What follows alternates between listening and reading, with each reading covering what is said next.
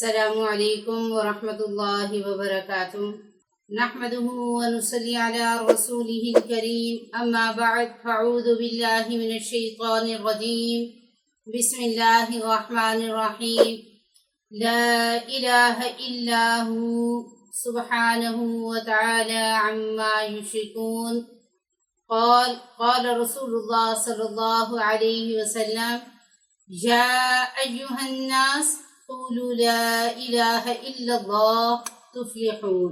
آج میں اپنی بات کا آغاز آن کیمرہ کلمہ طیبہ سے کرنا چاہتی ہوں، اس لیے کہ 1,24,000 کم و بیش پیغمبروں نے اسی کلمے کی صدا لگائی اور اسی کلمے کو کامیابی کی بنیاد قرار دیا۔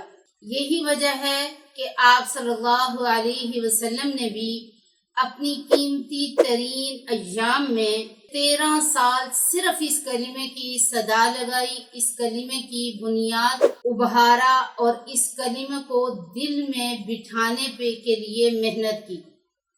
آج اس کلمے سے دوری کی وجہ سے ہم لوگ زوال کا شکار ہیں، ہر طرف پستی ہمارے مقدر میں آئی ہے، ہمارے بچے کافروں کے ہاتھوں بکروں کی طرح ذبح ہوتے ہیں اور ہمیں کوئی فرق نہیں پڑتا، کیونکہ ایک اللہ کو چھوڑ کر ہم بہت سے لوگوں کے غلام بنے پڑے ہیں۔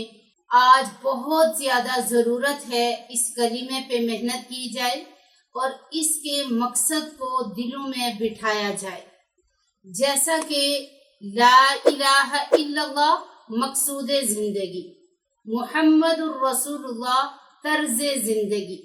ہماری زندگی کا مقصد اللہ کے سوا کوئی معبود نہیں، اور ہماری زندگی کس طرز پہ ہونی چاہیے؟